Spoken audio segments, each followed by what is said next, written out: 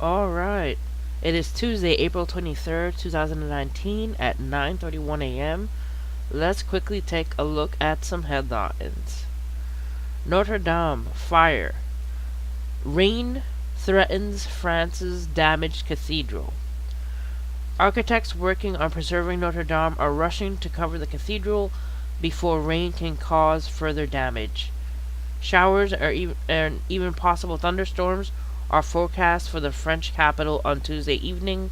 The cathedral's vault, which partly collapsed in the fire, is already partly waterlogged and after firefighting efforts. Architects fear the heavy rainfall could result in further collapse. The chief architect of Notre Dame, Philippe Villeneuve, told French broadcaster that erecting an emergency tarpaulin was the highest priority. The beams are there, the tarpaulin is arriving, the climbers, since it will be climbers who will do that, and the scaffolders are ready. There are already plans to erect a large purpose-built umbrella on the roof of the landmark, which will have its own peak and protect the structure while reconstruction takes place, but the umbrella is not ready, and the threat of impending rain is too serious to wait, with even heavier rain forecast for Thursday.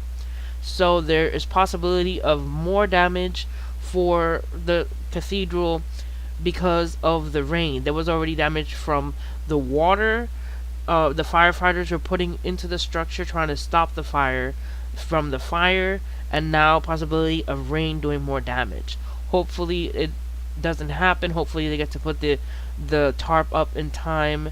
Please pray for the cathedral. Hopefully it does not get more damage. Alright, next. Massive landslide leaves at least 28 dead in Colombia. At least 28 were killed in landslide in the southwestern Colombia province of Cocua, according to BBC News. 5 other people were injured by the mudslide, which also damaged or destroyed several homes in the villages. The landslide, which was caused by heavy rain, occurred early Sunday morning in Rosas, a municipality of Cocua Department. There was some heavy rainfall around the past few days, AccuWeather meteorologist Alan Repper said. At least part of the mountain broke off, burying at least 8 houses, and the country's disaster relief agency reports. Localized flooding will be a risk from showers and thunderstorms the next couple of days, AccuWeather meteorologist Eric Leister said. The mayor's office is providing shelter and a place for people to be reunited with their missing loved ones. The National Army has been sent in the area to help with rescue efforts. Please pray for the people of Colombia who are going through this devastation. Next, Texas Cancer Center ousts 3 scientists over Chinese data theft concerns. The MD Anderson Cancer Center was among 55 medical research facilities contacted by the NIH over concern of researchers' ties to foreign governments. A prominent cancer center in Houston has ousted 3 of 5 scientists whom federal authorities identified as being involved in Chinese efforts to steal American research. The MD Anderson Cancer Center moved to fire the scientists, whose names were not released, after the National Institutes of Health contacted at least 55 medical research institutions to report the names of the researchers suspected of sharing federally funded research with China and other foreign governments, the NIH said. When NIH notified MD Anderson of concerns with specific individuals within its institution, the university took immediate steps to remediate the problem, the NIH said in a statement. These incidents are not unique to the MD Anderson, and we remind universities to look closely at their organizations to mitigate unscrupulous practices by foreign entities that aim to capitalize on collaborative nature of the U.S. biomedical enterprise. So there are Chinese scientists or people coming over and trying to steal research data. So hopefully this does not happen again, but from what I've heard, Russia trying to hack, Chinese now trying to steal research information. I've also heard about a Chinese going into Mar-a-Lago with hacking stuff, and also I've heard about a Chinese scientist or person going into a research center trying to get information from, it was like a camera that they were trying to look into and see how they could either hack it or pretty much copy the camera they were trying to study. So there is, you know, word out there of people trying to hack and people trying to steal information. So we got to be we have to pay attention to that. We have to know that there's people out there trying to take information from this country. Also, devastating floods leave millions in Iran facing humanitarian crisis. I have lived here my whole life. I have never seen anything like this, said Nesser, 81, a taxi driver in Khorramabad, the capital of Lorestan province. Millions in need of aid after floods devastate Iran.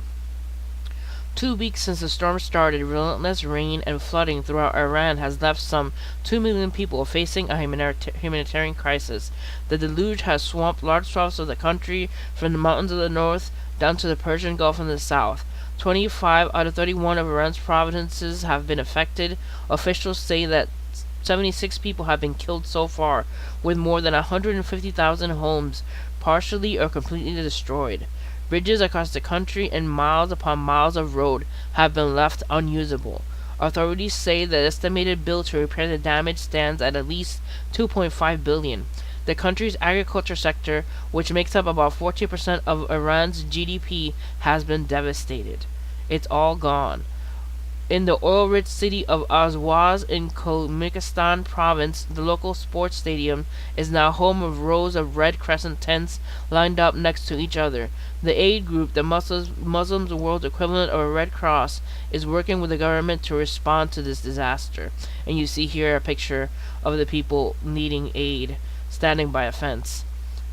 It says here, Hussein and Franken Adkedani, an elderly couple whose village was consumed by the floods, have sought shelter there for the past 10 days, along with their daughter, son-in-law, and 2 grandchildren. It says, seamstress told NBC News that the family had lost everything they had worked so hard for. Between us, they had 2 fridges, 3 heaters, and a television. Along with our home, it's all gone. And we have left all the clothes we were wearing, tugging at her shirt her husband was wearing and pulling on her chador, a loose fitting garment that goes over the head and down to the ankle so as to not to show woman's hair or figure.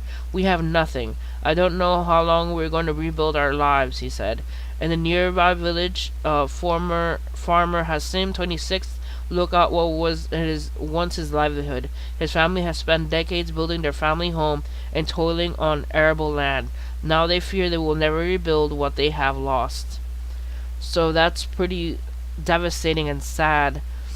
I've been noticing from the trends of this past year, because I've been doing videos for quite a while now, it's rain that's being added to our system, basically. And what I mean by system is our weather system, weather pattern. I think that the ice caps and all the snow that has been melting from the poles, and it's not only adding water to the oceans, it's adding water to the system itself. More rain from the melt off of the snow could affect the rain being added to the system and it causing floods everywhere.